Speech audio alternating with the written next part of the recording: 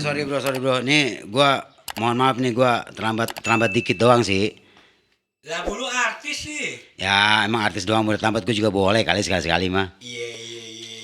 Oke, sekarang lo mau bicara apa nih? Mau ngobrolin apa nih? Sebelum gua lanjutin acara gua mau ngingetin acara gua ini didukung oleh Kopi Bajawa dari Flores NTT Indonesia. Oke. Bagi para penikmat kopi, gua kasih tahu aja ini kopi enak banget, asli enak banget. Buat lu yang penikmat kopi, lu wajib tahu rasanya ini. Kalau lu pengen tahu rasa kopi ini, lu bisa masuk ke fanpage-nya atau ke halaman Facebooknya Gus Hedok. Di situ tertera nomor WA Gus Hedok. Lu tinggal hubungi nomor WA tersebut, lu bakal dapat informasi lengkap di situ. Oke, Kopi Bajawa. Wuhu. Gua ngopi dulu bro ya. Oke. Enak banget emang ya. Telat udah, ngopi dapet. Aduh. Mantap banget. Begitulah kira-kira bro. Iya. Emang susah bro kalau udah rezeki lu diapain juga tuh tetap bisa nikmatin bro. Iya, emang rezeki anak soleh ya. Udah ngopi sambil ngerokok lagi, waduh nyiku banget rasanya hidup. Iya. Tahu ya. Gua sedot dulu rokok gue.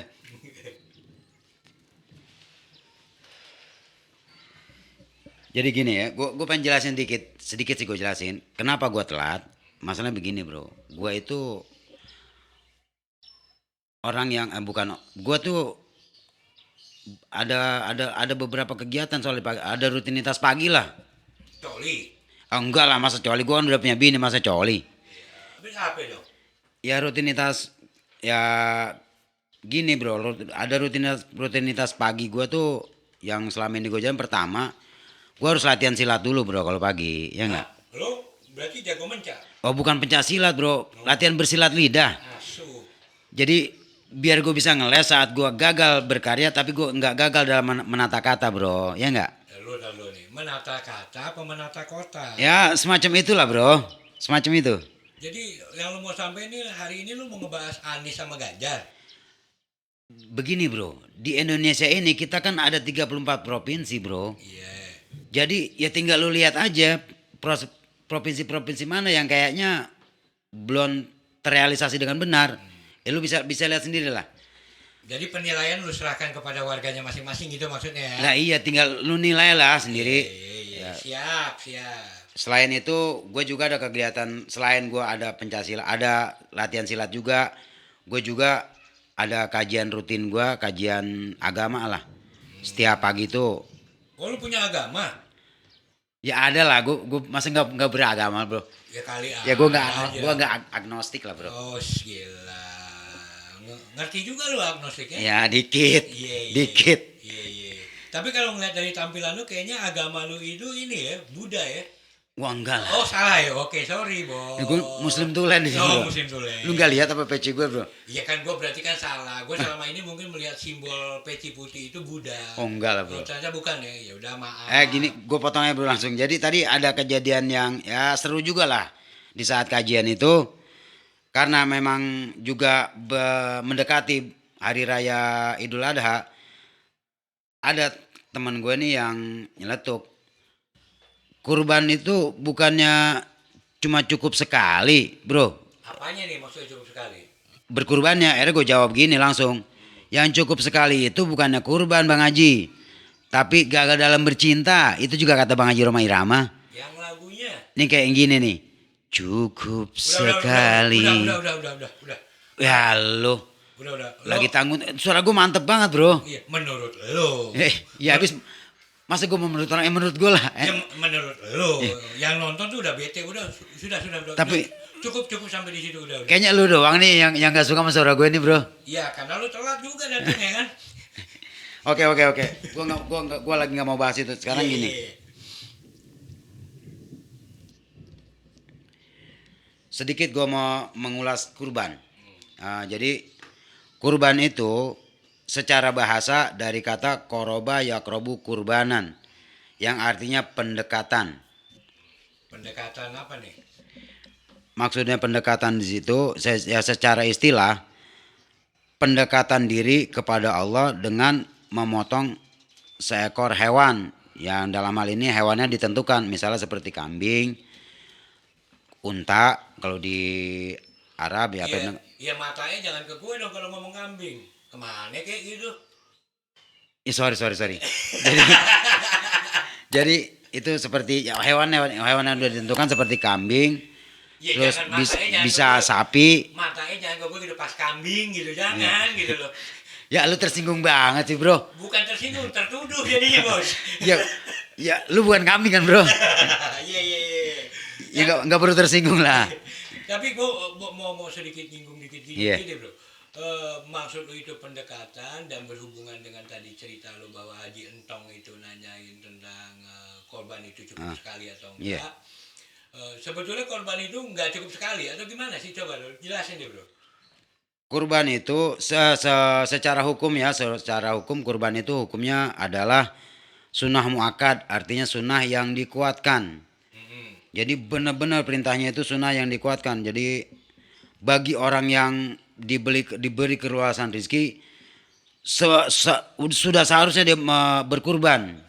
Jadi sebetulnya intinya itu adalah usaha kita untuk menuju punya kemampuan untuk berkurban itu lebih penting ya. Itu lebih penting bro. Jadi sunnah muakkad itu kenapa sampai sunnah muakkad itu jadi gini. Ada usaha yang sungguh-sungguh dari kita sampai kita mencapai titik mampu gitu untuk berkurban. Jadi ketika mampu langsung bukan otomatis ya, maksudnya langsung mendekati wajib gitu Iya ya. mendekati wajib. Oke. Jadi benar-benar jadi jangan sampai enggak lah gitu. Oke. Nah, kurban itu kalau yang gue tahu ya itu Iya. ada kisahnya ya. Mhm. Nah, lo sebagai orang yang katanya lo punya agama lu itu, Mhm. lo ngerti itu kisahnya itu apa sih? Ya sedikit sih gua tahu ya masalah. Banyak juga nggak apa-apa bro. Jadi gini, asal muasal kurban itu diambil dari kisah Nabi Ibrahim alaihissalam. Jadi Nabi Ibrahim alaihissalam itu beliau itu lama sekali menikah. Tak dulu. Jadi jangan langsung Nabi Ibrahim langsung menikah dulu. Iya. Menikah udah lama. Dia itu beliau itu menikah nih ceritanya dengan istri namanya Jadi Nabi Ibrahim alaihissalam itu menikah dengan istri yang pertama namanya Siti Sarah. Siti Sarah. Sarah Azhari kah? Oh bukan, ini Siti Sarah yang ya pokoknya di zaman itulah. Oh, jadi bukan Sarah Asari. Oh, ya? bukan, Jadi bro. tampilannya juga bukan kayak Sarah Asari pasti. Ya beda lah bro, jauh lah bro. Iya. Masa istri Nabi seperti itu ya enggak lah. Iya. Wah, berarti lo mencela Sarah Asari dong. Ya enggak juga sih bro. Oh. Tapi lu seneng kan dengan gaya fashionnya agak suka terbuka begitu kan? Ya kalau dengan gaya sih gua enggak seneng, sama orang sih gua seneng-seneng aja. Iya. Cakep soalnya bro. Iya. Seksi doi bro. Iya. Jadi gini, Iya. Nabi Ibrahim itu menikahi beliau itu nikah lama sekali belum dikaruniai anak dengan Siti Sarah. Nikah sama istrinya. Sama Siti Sarah. Sama Siti Sarah. Yang jadi istrinya. Iya. Iya. Ya, masa sama istri orang sih nggak mungkin lah. Iya, betul, nggak bisa soalnya kalau sama istri orang. Terus Jadi nikah nih.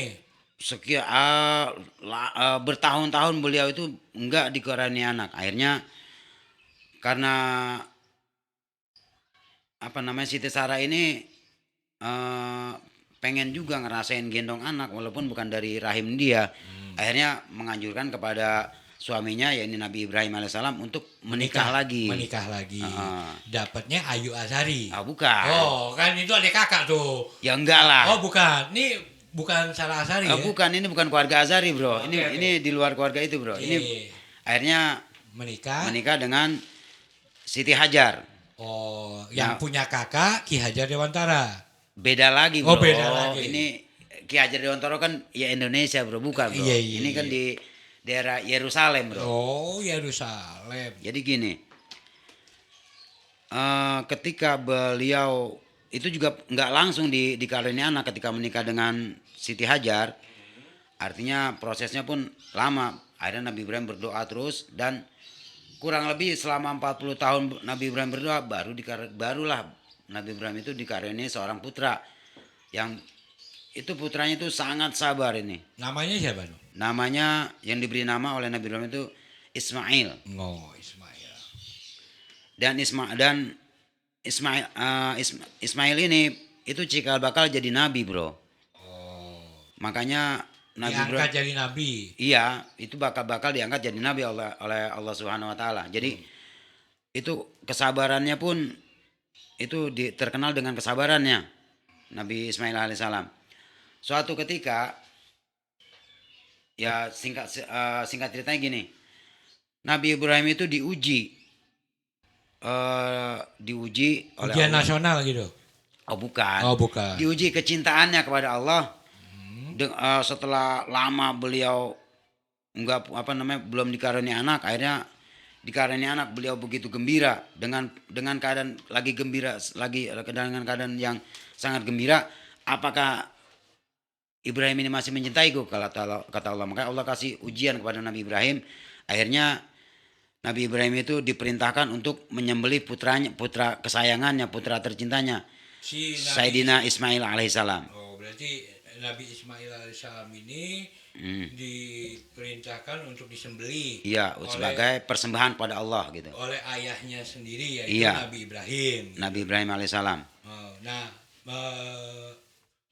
ngomongnya itu gimana tuh Nabi Ibrahim ke Ismail? Jadi- Dan tanggapan Nabi Ismail sendiri bagaimana? Jadi ada Nabi Ibrahim alaihissalam pun nggak langsung menyembelih putranya. Jadi tetap ada diskusi di situ, bro. Oh, berarti usia Nabi Ismail ini remaja ya? Udah termasuk usia balik lah kira-kira. Oke. Jadi yang udah bisa diajak.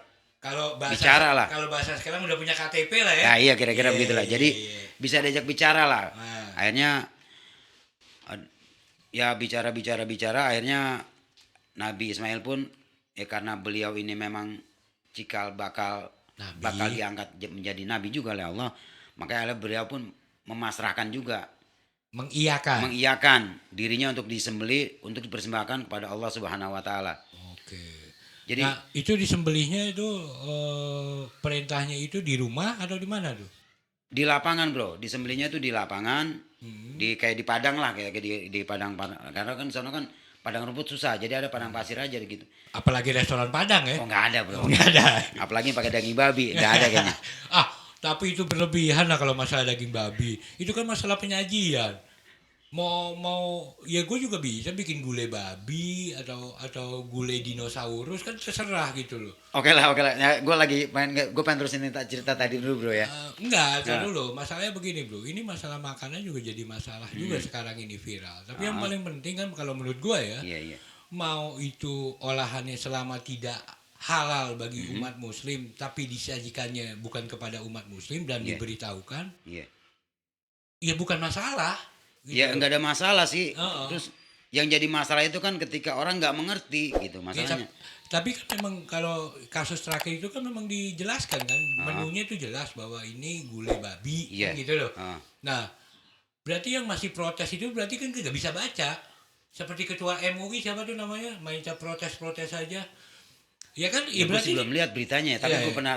pernah dengar bahwa cerita kok penistaan kepada ini kok kapan, yang gue bingung sejak kapan emang ada bumbu masak yang beragama.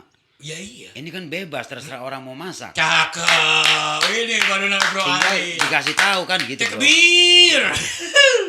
Tinggal dikasih tahu aja ini masakan ini babi, ini bukan, kan tinggal dikasih tahu aja. Ya, sepakat. Iya. Karena kan hak mereka juga restoran kalau bikin misalnya nasi kebuli babi, ya nggak Iya apa-apa kan juga nggak ada kan. masalah juga. Yang penting kan diumumin kan. Yang penting dikasih ada pemberitahuannya Nah, gitu. kalau orang udah diberitahu masih bebel, berarti dia buta ilmu ya, bukan buta huruf dong. Artinya perlu dijelasin ya. Ya buta ilmu lah, bos, gitu loh. Ya perlu dijelasin yang inilah, bro, yang Iya. enak lah, bro. Berarti belum pantas ada jadi pejabat kan gitu loh. Oke, lanjut ke masa Nabi Ibrahim.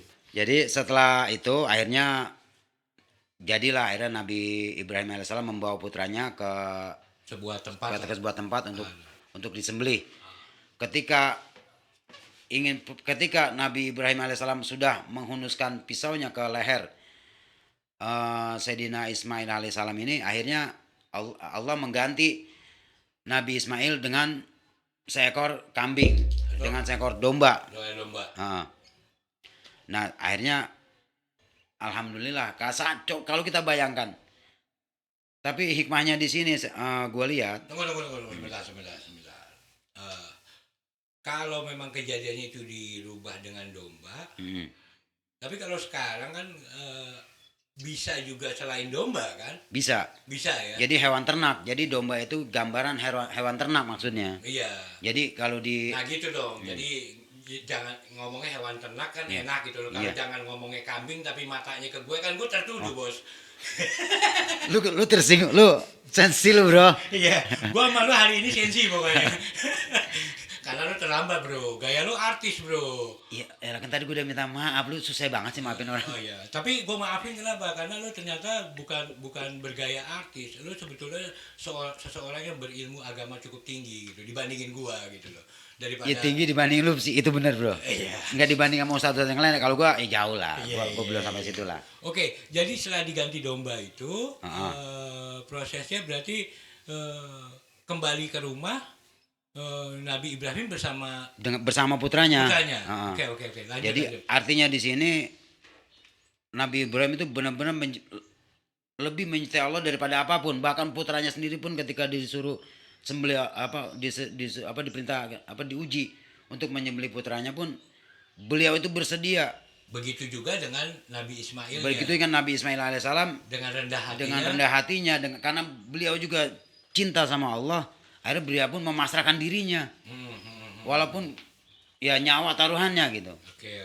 Akhirnya alhamdulillah ini ada hikmahnya. Pertama, di situ kurban itu artinya kita di situ artinya mendekatkan diri kepada Allah dengan mempersembahkan barang-barang yang paling kita cinta gitu.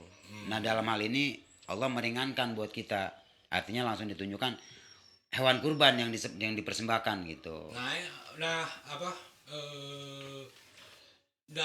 setelah itu mulai ritual itu memotong Hewan kurban. itu mulai tahun berikutnya mulai dilakukan menjadi ritual kebiasaan atau nunggu berapa tahun?